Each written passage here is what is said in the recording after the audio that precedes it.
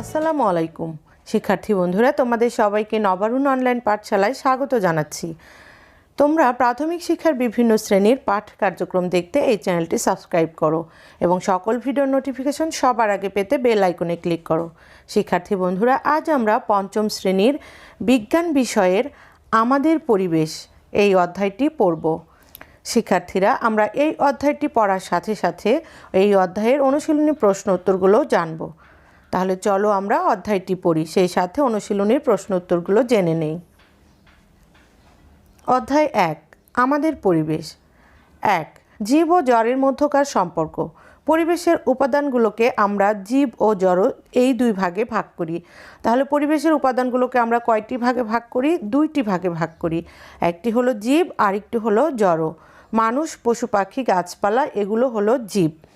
মাটি, পানি, বায়ু, গাড়ি, চেয়ার, টেবিল ইত্যাদি হলো জড়। শিক্ষার্থীরা, এখন আমি তোমাদের দুটো ছবি দেখাবো। ছবি দুটো তোমরা মনোযোগ দিয়ে দেখবে। জীব ও জড়ের সম্পর্ক। প্রথম ছবিতে তোমরা গাড়ি দেখছো, রিক্সা দেখছো। গাড়ি রিক্সা চালাচ্ছে মানুষ। গাড়ি রিক্সা কিন্তু জড় বস্তু, আর যারা চালাচ্ছে তারা কিন্তু জীব। তাহলে জীব ও জড়ের সঙ্গে কিন্তু সম্পর্ক আছে। আবার দ্বিতীয় ছবিটি দেখো, গরু দেখছো আবার পানি দেখছো। গরু কিন্তু জীব আর পানি জড় বস্তু, তাহলে গরু কিন্তু পানি খাচ্ছে। তাহলে শিক্ষার্থীরা, তোমরা নিশ্চয়ই বুঝতে পেরেছো জীব ও জড়ের সম্পর্কটা। প্রশ্ন, জীব কিভাবে জড়ের উপর নির্ভরশীল? বেঁচে থাকার জন্য জীবের যা প্রয়োজন। কি করতে হবে? নিচে দেখানো ছকের মতো খাতায় একটি ছক তৈরি করি। শিক্ষার্থীরা, তোমরা এই ছকটি খাতায় তৈরি করে ফেলো। এবার জীবের বেঁচে থাকার জন্য যে সকল জড়বস্তুর প্রয়োজন তার একটি তালিকা তৈরি করি। কাজটি নিয়ে সহপাঠীদের সাথে আলোচনা করি। শিক্ষার্থীরা, আমি এই ছকটি তোমাদের এখন পূরণ করে দেখিয়ে দিচ্ছি। তোমরা এই ছক থেকে জড়বস্তুর নামগুলো নিয়ে একটি তালিকা তৈরি করে ফেলবে। দেখো, জীব বেঁচে থাকার জন্য যে জড়বস্তুর প্রয়োজন। মানুষের বেঁচে থাকার জন্য কি কি জড়বস্তু প্রয়োজন? মাটি, পানি, বায়ু, চেয়ার, টেবিল, গাড়ি ইত্যাদি। অন্য প্রাণীর বেঁচে থাকার জন্য কি জড়বস্তু প্রয়োজন? বায়ু, পানি, মাটি ইত্যাদি। উদ্ভিদের কি প্রয়োজন? সূর্যের আলো, মাটি, পানি, বায়ু ইত্যাদি। শিক্ষার্থীরা, জীবের বেঁচে থাকার জন্য যে জড়বস্তুগুলোর প্রয়োজন সেগুলোর নাম কিন্তু আমি এখানে লিখে দেখিয়ে দিলাম। তোমরা এখান থেকে নামগুলো নিয়ে একটি তালিকা তৈরি করে ফেলবে। এবার দুজন সহপাঠী আলোচনা করছে। প্রথমজন বলছে, সূর্যের আলো ও বায়ু জীব না জড়? আমরা জানি এটা জড়। অন্যজন বলছে, খাদ্য তৈরির জন্য উদ্ভিদের সূর্যের আলো, বাতাস ও অন্য জিনিস প্রয়োজন। শিক্ষার্থীরা, তোমরা এভাবে ক্লাসে সহপাঠীদের সঙ্গে আলোচনা করবে। শিক্ষার্থীরা, আমরা কিন্তু পূর্বের আলোচনায় একটি প্রশ্ন দেখেছিলাম, জীব কিভাবে জড়ের উপর নির্ভরশীল। এই প্রশ্নের উত্তর কিন্তু আমরা এই অংশটুকু পড়লেই পেয়ে যাব। মানুষ বেঁচে থাকার জন্য মানুষ বিভিন্ন জড়বস্তুর উপর নির্ভর করে। মানুষের শ্বাস গ্রহণের জন্য বায়ু এবং পান করার জন্য পানি প্রয়োজন। পুষ্টির জন্য খাবার প্রয়োজন। ফসল ফলানো ও বাসস্থান তৈরির জন্য মানুষের মাটি প্রয়োজন। এছাড়াও জীবনযাপনের জন্য বাসস্থান, আসবাবপত্র, পোশাক, যন্ত্রপাতি ইত্যাদি প্রয়োজন। বেঁচে থাকার জন্য মানুষ জড়ের উপর নির্ভরশীল। এই ছবিটি দ্বারা কিন্তু সেটা বোঝা যাচ্ছে। ছবিতে দেখা যাচ্ছে গাড়ি আর রিক্সা। গাড়ি রিক্সা কে চালাচ্ছে? মানুষ চালাচ্ছে। গাড়ি রিক্সা হলো জড় আর সেগুলোকে চালাচ্ছে মানুষ। মানুষ হলো জীব। তাহলে বেঁচে থাকার জন্য মানুষ জড়ের উপর কিন্তু নির্ভরশীল। অন্যান্য প্রাণীও বেঁচে থাকার জন্য জড়বস্তুর উপর নির্ভরশীল। সকল প্রাণীর বেঁচে থাকার জন্য বায়ু, পানি ও খাদ্য প্রয়োজন। মাটি এবং পানি অনেক জীবের বাসস্থান। অনেক পোকামাকড়, কেঁচো ইত্যাদি মাটিতে বাস করে। আবার মাছ, চিংড়ি পানিতে বাস করে। শিক্ষার্থীরা, তোমরা কিন্তু নিচে দুটো ছবি দেখছো। একটি হলো পানির জীব। পানিতে কী কী বাস করে? পানিতে মাছ, চিংড়ি এগুলো বাস করে। আবার মাটির জীব, মাটিতে কী কী বাস করে? মাটিতে পোকামাকড়, কেঁচো এগুলো বাস করে। উদ্ভিদ বেঁচে থাকার জন্য উদ্ভিদ পরিবেশের বিভিন্ন জড়বস্তুর উপর নির্ভর করে, যেমন সূর্যের আলো, মাটি, পানি, বায়ু ইত্যাদি। উদ্ভিদ সূর্যের আলো, পানি ও বায়ু থেকে কার্বন ডাই অক্সাইড ব্যবহার করে নিজের খাদ্য নিজেই তৈরি করে। পানি আবার বিভিন্ন উদ্ভিদের আবাসস্থল, যেমন শাপলা, কচুরিপানা ইত্যাদি। জীব বেঁচে থাকার জন্য পরিবেশের বিভিন্ন জড়বস্তুর উপর নির্ভরশীল। কোনো স্থানে সকল জীব ও জড় এবং তাদের মধ্যকার পারস্পরিক ক্রিয়াই হলো ওই স্থানের বাস্তুসংস্থান। উদ্ভিদ কিভাবে খাদ্য তৈরি করে? উদ্ভিদ সূর্যের আলো, পানি ও বায়ু থেকে কার্বন ডাইঅক্সাইড ব্যবহার করে নিজের খাদ্য নিজেই তৈরি করে। আবার পানিতে কি হয়? পানি আবার বিভিন্ন উদ্ভিদের আবাসস্থল, যেমন শাপলা, কচুরিপানা। তাহলে উদ্ভিদ জড়বস্তুর উপর কিন্তু নির্ভরশীল। এই অংশটুকু পড়লে তা কিন্তু তোমরা খুব ভালোভাবে বুঝতে পারছো। উদ্ভিদ ও প্রাণীর পারস্পরিক নির্ভরশীলতা। উদ্ভিদ ও প্রাণী কিভাবে একে অপরের উপরে নির্ভরশীল? পারস্পরিক নির্ভরশীলতা কি করতে হবে? 1, নিচে দেখানো ছকের মতো খাতায় একটি ছক তৈরি করি। শিক্ষার্থীরা, তোমরা এই ছকটির মতো করে তোমাদের খাতায় একটি ছক তৈরি করে ফেলবে। 2, কিভাবে উদ্ভিদ ও প্রাণী পরস্পরের উপর নির্ভরশীল? নিচের ছবিটি পর্যবেক্ষণ করে তার একটি তালিকা তৈরি করি। আমি তোমাদের একটি ছবি দেখাবো এই অংশটুকুর পরে।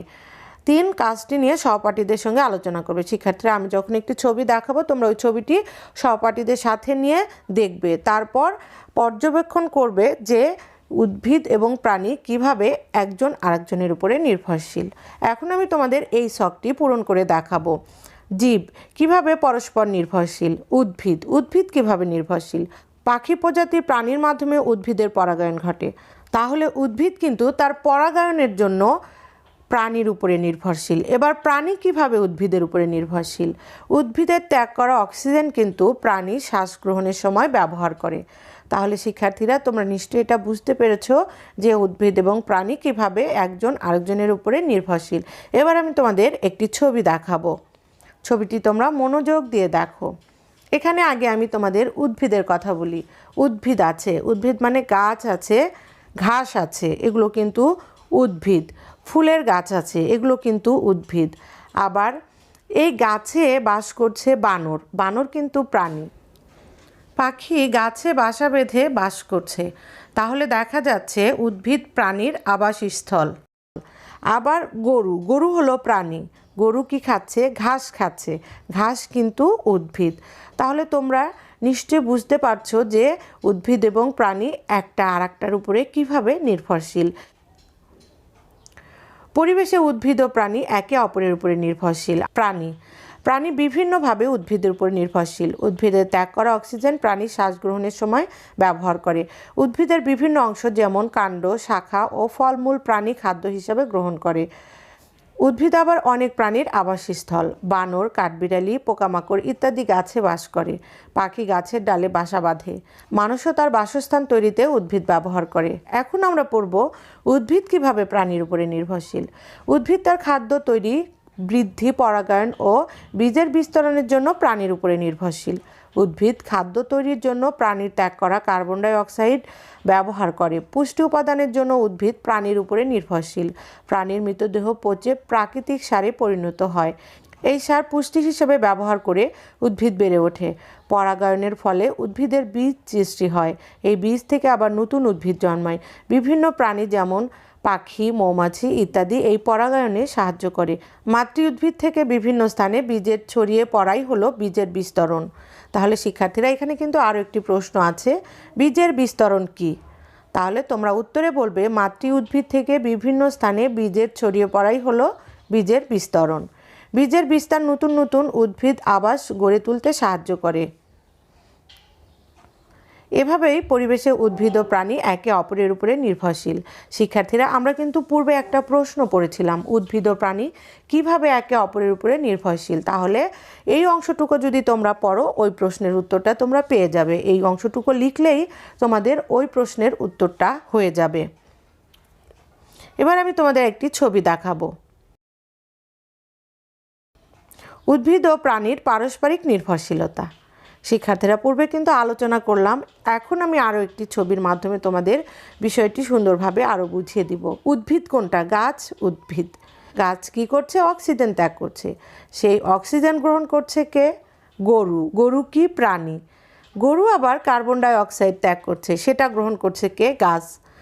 জীবের মৃতদেহ পচে সেটা প্রাকৃতিক সার তৈরি হচ্ছে, সেই সার পুষ্টি হিসেবে গ্রহণ করছে উদ্ভিদ। তাহলে উদ্ভিদ ও প্রাণীর পারস্পরিক নির্ভরশীলতা নিশ্চয়ই তোমরা বুঝতে পেরেছ। 3, শক্তি প্রবাহ। বেঁচে থাকার জন্য জীবের শক্তির প্রয়োজন। উদ্ভিদ সূর্য থেকে শক্তি পায়, তাহলে উদ্ভিদ কোথা থেকে শক্তি পায়? সূর্য থেকে। আর প্রাণী শক্তি পায় খাদ্য থেকে। প্রাণী কোথা থেকে শক্তি পায়? খাদ্য থেকে। প্রাণী কিভাবে শক্তির জন্য অন্য জীবের উপর নির্ভরশীল? এই প্রশ্নের উত্তর আমরা পরবর্তী অংশে জেনে নিব। খাদ্য এবং খাদক। খাদ্য কি? যা আমরা খাবার হিসেবে খাই সেটি হলো খাদ্য। আর খাদক কে? যে বা যারা এই খাবারগুলো খায় তারা হলো খাদক। তাহলে আমরা এবার নিচে দেখানো ছকের মতো খাতায় একটি ছক তৈরি করি। তোমরা এই খাতায় এই ছকটি তৈরি করে ফেলবে। নিচের ছবিটি দেখি, ছবি দেখে কে কাকে খায় তা ক্রমানুসারে ছকে লিখি। 3 নাম্বার কাজটি নিয়ে সহপাঠীর সাথে আলোচনা করি। শিক্ষার্থীরা, আমি তোমাদের এখন একটি ছবি দেখাবো। সেই ছবিতে কে কাকে খাচ্ছে সেটা আমি অ্যারো চিহ্নের মাধ্যমে দেখিয়ে দিব। তোমরা এই ছকটিতে কে কাকে খায় তা ক্রমানুসারে লিখবে। শিক্ষার্থীরা, তোমরা এই ছবিটা দেখছো, খুব ভালো করে দেখো। প্রথমে সূর্যের আলো ব্যবহার করে ঘাস নিজের খাবার নিজেই তৈরি করে বড় হচ্ছে। সেই ঘাসকে খাচ্ছে ঘাস ফড়িং। এবার ঘাস ফড়িংকে খাচ্ছে ব্যাঙ। এই ব্যাঙকে আবার খাচ্ছে সাপ। এই সাপকে আবার খাদ্য হিসেবে খাচ্ছে ঈগল। তাহলে কে কাকে খাচ্ছে আমি এটা কিন্তু ধারাবাহিকভাবে আবারও বলছি। সূর্যের আলো ব্যবহার করে ঘাস বড় হচ্ছে, সেই ঘাস খাচ্ছে ঘাস ফড়িং। ঘাস ফড়িংকে খাচ্ছে ব্যাঙ। ব্যাঙকে খাচ্ছে সাপ। সাপকে খাচ্ছে ঈগল। শিক্ষার্থীরা, এই অংশটুকু তোমাদের আরও ভালোভাবে বোঝানোর জন্য আমি পরবর্তীতে আরও একটি ছবি দেখাবো। শিক্ষার্থীরা, তোমরা এখন এই ছবিটি মনোযোগ দিয়ে দেখো।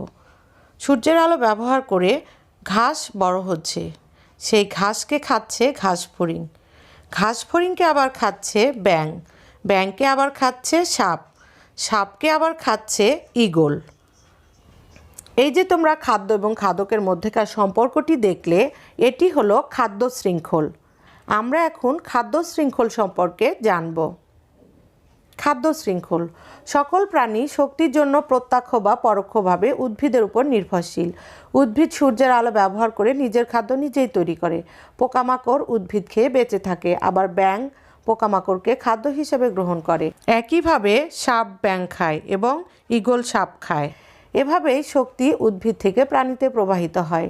বাস্তু সংস্থানে উদ্ভিদ থেকে প্রাণীতে শক্তি প্রবাহের এই ধারাবাহিক প্রক্রিয়াই হলো খাদ্য শৃঙ্খল। তাহলে শিক্ষার্থীরা, তোমাদেরকে যদি বলা হয় খাদ্য শৃঙ্খল কাকে বলে, তোমরা লিখবে বাস্তু সংস্থানে উদ্ভিদ থেকে প্রাণীতে শক্তি প্রবাহের এই ধারাবাহিক প্রক্রিয়াই হলো খাদ্য শৃঙ্খল।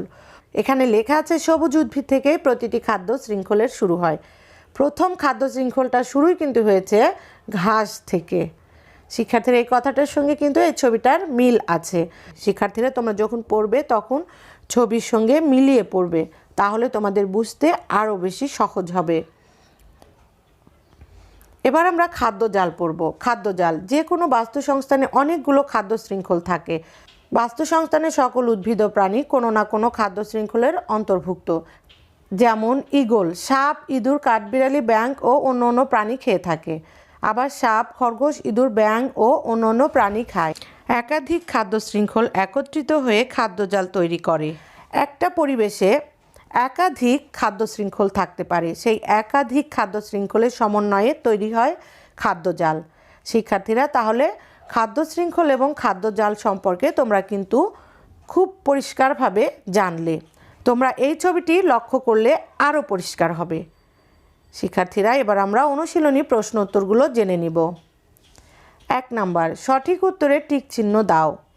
1. শক্তির মূল উৎস কোনটি? উত্তর সূর্য। 2. কোনটির জন্য প্রাণী উদ্ভিদের উপর নির্ভরশীল? উত্তর খাদ্য। 3. নিচের কোনটি সঠিক খাদ্য শৃঙ্খল? উত্তর ঘাস, ঘাসফড়িং, ব্যাঙ, সাপ। 2 নাম্বার, সংক্ষিপ্ত উত্তর প্রশ্ন। 1. খাদ্যজাল ও খাদ্য শৃঙ্খলের মধ্যে পার্থক্য কী? উত্তর খাদ্যজাল ও খাদ্য শৃঙ্খলের মধ্যে পার্থক্য নিম্নরূপ। খাদ্য শৃঙ্খল, খাদ্যজাল। খাদ্য শৃঙ্খল। একটি পরিবেশে একাধিক খাদ্য শৃঙ্খল থাকে। খাদ্যজাল। একটি খাদ্যজালে একাধিক খাদ্য শৃঙ্খল থাকে। ছোট প্রাণীকে খাদ্য হিসেবে বড় প্রাণী খায়, এভাবে পরিবেশে খাদ্য শৃঙ্খল তৈরি হয়। নিকট পরিবেশের প্রাণীগুলো একটি অপরটির সাথে সম্পর্কিত, এটাই খাদ্যজাল। সবুজ উদ্ভিদ থেকে খাদ্য শৃঙ্খলের শুরু হয়। খাদ্যজালের শুরুর উপাদানটি নির্দিষ্ট নয়। খাদ্য শৃঙ্খলের প্রত্যেক উপাদানই খাদ্যজালের অন্তর্ভুক্ত। খাদ্যজালের উপাদানগুলো বিভিন্ন খাদ্য শৃঙ্খলে বিভক্ত হয়। 2. উদ্ভিদ কিভাবে প্রাণীর উপর নির্ভরশীল? উত্তর: উদ্ভিদ তার খাদ্য তৈরি, বৃদ্ধি, পরাগায়ন ও বীজের বিস্তরণের জন্য প্রাণীর উপর নির্ভরশীল। এছাড়াও উদ্ভিদ খাদ্য তৈরির জন্য প্রাণীর ত্যাগ করা কার্বন ডাই অক্সাইড ব্যবহার করে। 3. মানুষ নির্ভর করে এমন 3টি জড়বস্তুর উদাহরণ দাও। উত্তর: মানুষ নির্ভর করে এমন 3টি জড়বস্তুর উদাহরণ হলো মাটি, পানি, বায়ু। 4. পরাগায়ন কি? উত্তর: ফুলের পরাগধানী থেকে পরাগরেণু একই ফুলের গর্ভমুণ্ডের স্থানান্তরের প্রক্রিয়াকে পরাগায়ন বলে। শিক্ষার্থী বন্ধুরা, তোমাদের সবাইকে অসংখ্য ধন্যবাদ জানাচ্ছি। শিক্ষার্থীরা, এই অধ্যায়ের বর্ণনামূলক প্রশ্নগুলোর উত্তর তোমরা পরবর্তী ক্লাসে পাবে। পরবর্তী ক্লাস দেখার জন্য তোমাদের আমন্ত্রণ রইল। শিক্ষার্থী বন্ধুরা, তোমরা এই চ্যানেলের অন্য ক্লাসগুলো দেখার জন্য ডিসক্রিপশন বক্স চেক করো। তোমরা সকলে সুস্থ, সুন্দর ও নিরাপদ থাকো সেই প্রত্যাশা রাখছি। আল্লাহ হাফেজ।